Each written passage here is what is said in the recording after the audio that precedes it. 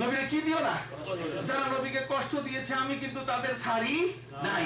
নবীকে কষ্ট দিয়েছে ওই উহুদের ময়দানে যে লোকটা তীর মেরে নবীর দান শহীদ করে দিয়েছে, তার নাম হলো আব্দুল্লাহ ইবনে কামসা। নাম কি? আব্দুল্লাহ ইবনে কামসা। দুষ্ট দুরাচার নবীর দান মোবারকের উপরে আঘাত করেছে। আল্লাহর নবীর দাঁতের ভিতরে এমন ভাবে তীরের আলটা বিঁধে গেছিল, কোনো মতেই খোলা যায় না। টান দিয়ে খুলতে গিয়ে নবীজির দাঁত মোবারক খুলে গেল, খসে পড়লো, শহীদ হয়ে গেল দাঁত। রক্তে নবী রক্তাক্ত হয়ে গেলেন। হযরতে ফাতেমা খাতুনে জান্নাত নবীর পাশে হু হু করে কাঁদা শুরু করলেন। আব্বা জান, আপনার গোটা দেহের মধ্যে রক্ত। নবী বললেন, ফাতেমা রে, তুমি একটা কাপড় পরে ছাই আমার সামনে এনে দাও, ওই ছাইটা আমার দাঁতে লাগাই দিলে রক্ত বন্ধ হয়ে যাবে। খাতুনে জান্নাত ফাতেমাতুজ জাহরা রাদিয়াল্লাহু তাআলা একটা কাপড় পরে পরা অংশ নবীকে দিলেন। নবীর দান মোবারকে লাগাবার সাথে সাথে রক্তক্ষরণ বন্ধ হয়ে গেল। ভাইরা আমার, এই দুষ্ট দুরাচার আমার নবীকে যে তীর মেরেছে, লোকটা কি ভালো মানুষ? না। আমার আল্লাহ বলেন, ইন্নাল্লাযীনা ইউযুনাল্লাহা ওয়া রাসূলাহু লাআনাহুমুল্লাহু ফিদ দুনিয়া ওয়াল আখিরাহ ওয়া আ'আদ্দা লাহুম আযাবাম মুহিনা। আমার আল্লাহ বলেন, যারা আমাকে কষ্ট দিবে, আমার রাসূলকে কষ্ট দেবে, দুনিয়া আখিরাত আমি কোথাও তাকে ছাড়বো না। এই দুষ্ট দুরাচার পাপী মানুষটা নবীর গায়ে হাত দিয়েছে। আমার নবী বলেন, পৃথিবীর সবচেয়ে খারাপ ওই মানুষটা। আমার এই কথাটা আবার রিটার্ন করেন আপনারা। পৃথিবীর সবচেয়ে খারাপ ওই মানুষটা, যেই মানুষটি নবীর গায়ে হাত দিয়েছে। নবীর গায়ে যে হাত দিয়েছে, এটা কি ভালো মানুষ? পৃথিবীর ওই মানুষটা সবচেয়ে খারাপ মানুষ, যার গায়ে নবী হাত দিয়েছেন। যাকে নবী আঘাত করেছেন সেই মানুষটাও খারাপ, আর যে মানুষটা নবীর গায়ে হাত দিয়েছে সেই মানুষটাও কি খারাপ। আজকে 20 বছর ধরে আমি মদিনা মুনাওয়ারায় যাতায়াত করতে করতে ইতিহাস খোঁজা শুরু করলাম যে আল্লাহ বলছেন যে যে নবীকে কষ্ট দিছে আমি তাকে ছাড়ি না।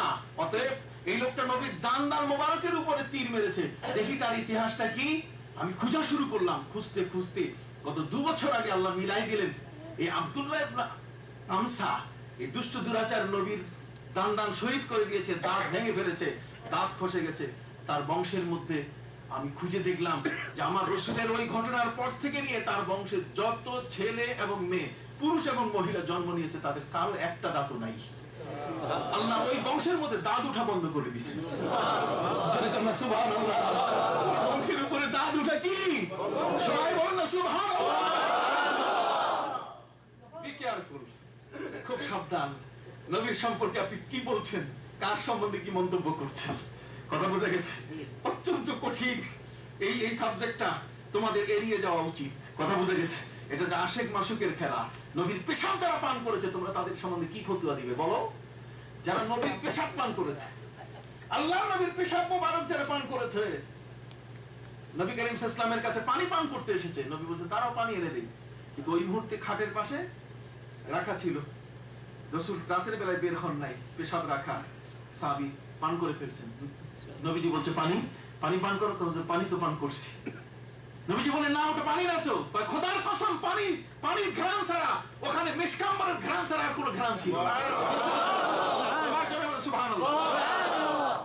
আব্দুল্লাহ ইবনে উবাই ইবনে সালুলের সাথে মুসলমানদের মারামারি। মুসলমানে কি না মারামারি কি নিয়ে? উটের পেশাব নিয়ে। নবীজি যে উটটার উপরে বসতেন, ওই উটটা পেশাব করে দিছে। হাদিসে আছে, কিন্তু আপনি কোরআনের তাফসীর, আমি আয়াত বলতেছি, আপনি খুলে দেখবেন। এগুলো আপনাদের জানা দরকার, তাতে ধোঁকাবাজরা কোনোদিন আপনাকে ধোঁকা দিতে পারবে না। ওই উট, যে উটের উপরে নবী চড়তেন, এটা হচ্ছে নাকায়ে কাসওয়া, সেই উটটি পেশাব করে দিয়েছিল।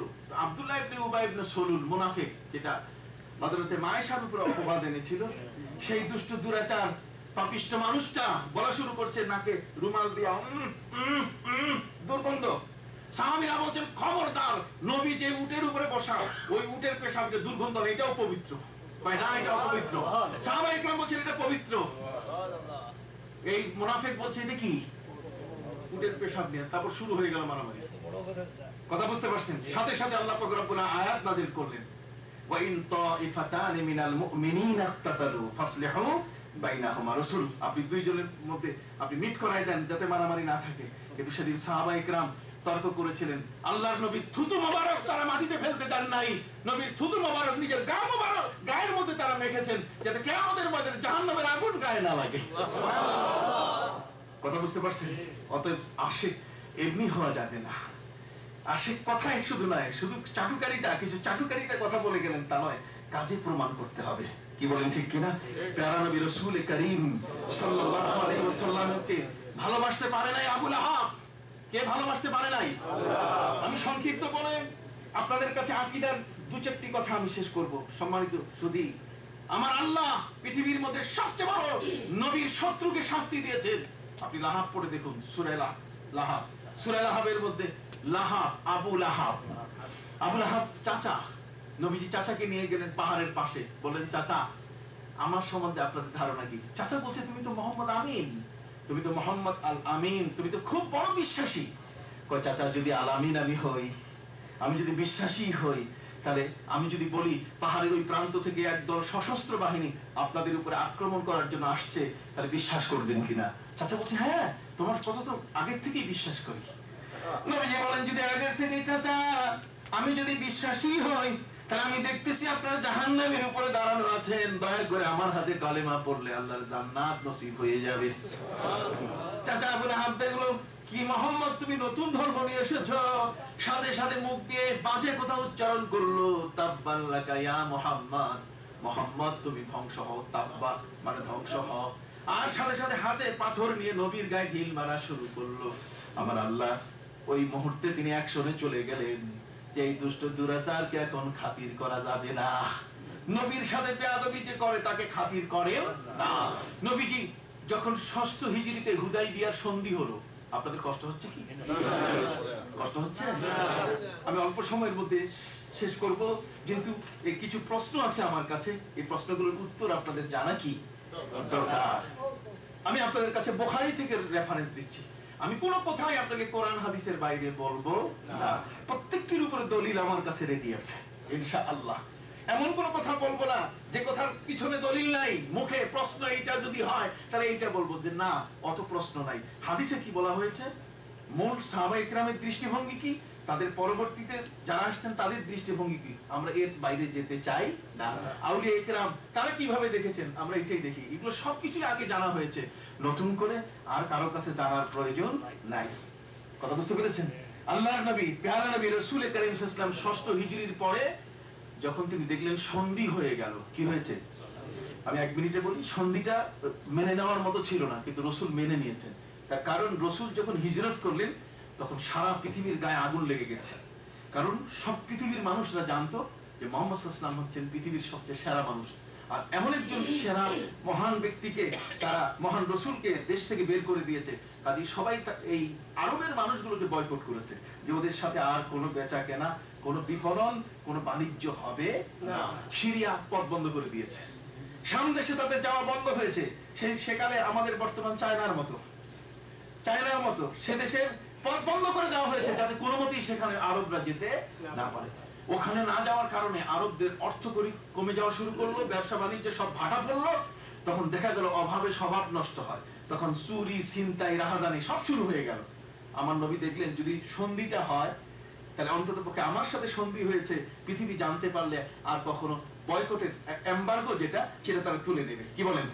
যেটা এমবার্গো করেছে তারা যে প্রতিবন্ধকতা সৃষ্টি করেছে এই প্রতিবন্ধকতাটা থাকবে না।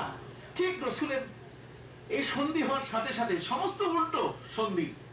আমার রাসূল মেনে নিলে আবু বকর সিদ্দিক মেনে নেন নাই, ওমর ফারুক মেনে নেন নাই।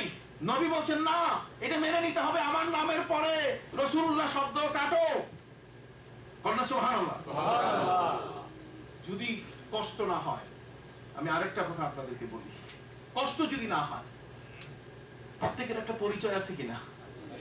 আছে না? আপনার ইন্ডিভিজুয়াল একটা পরিচয় আছে, ব্যক্তিগত পরিচয় আছে, সামাজিক পরিচয় আছে, আবার আন্তর্জাতিক পরিচয় আছে। আমার নবীর সম্পর্কে যদি আপনি প্রশ্ন করেন কাউকে, যেমন প্রশ্ন করা হয়েছিল আবু জাহালকে, নবীকে, মোহাম্মদকে। আবু জাহাল বলছে মোহাম্মদ হচ্ছেন আব্দুল্লাহর ছেলে। এবার প্রশ্ন করা হলো আবু লাহাবকে, বলো তো আবু লাহাব মোহাম্মদকে? আবু লাহাব বলছে মোহাম্মদ হচ্ছে আব্দুল মুত্তালিবের নাতি। আবু জাহাল প্রশ্নের উত্তর দিল, মোহাম্মদ হলেন আব্দুল্লাহর ছেলে।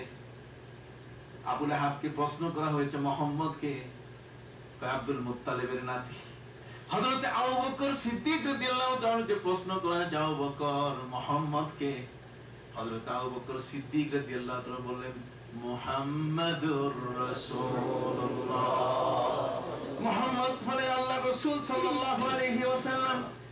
উত্তর তিনজনেরই ঠিক। আবু জাহাল যে উত্তর দিয়েছে সে মিথ্যা বলে নাই। আবু জাহাল বলেছে মোহাম্মদ আব্দুল্লাহর ছেলে, এটা ঠিক। আবু লাহাব বলেছে মোহাম্মদ আব্দুল মুত্তালিবের নাতি, এটাও ঠিক। আবার ওদিকে আবু বকর সিদ্দিক রাদিয়াল্লাহু তাআলা বলেছেন মোহাম্মদ কে? রাসূলুল্লাহ। ভাইরা আমার, এই তিনজনকে যদি আমরা মনে করি তিনজন পরীক্ষার্থী,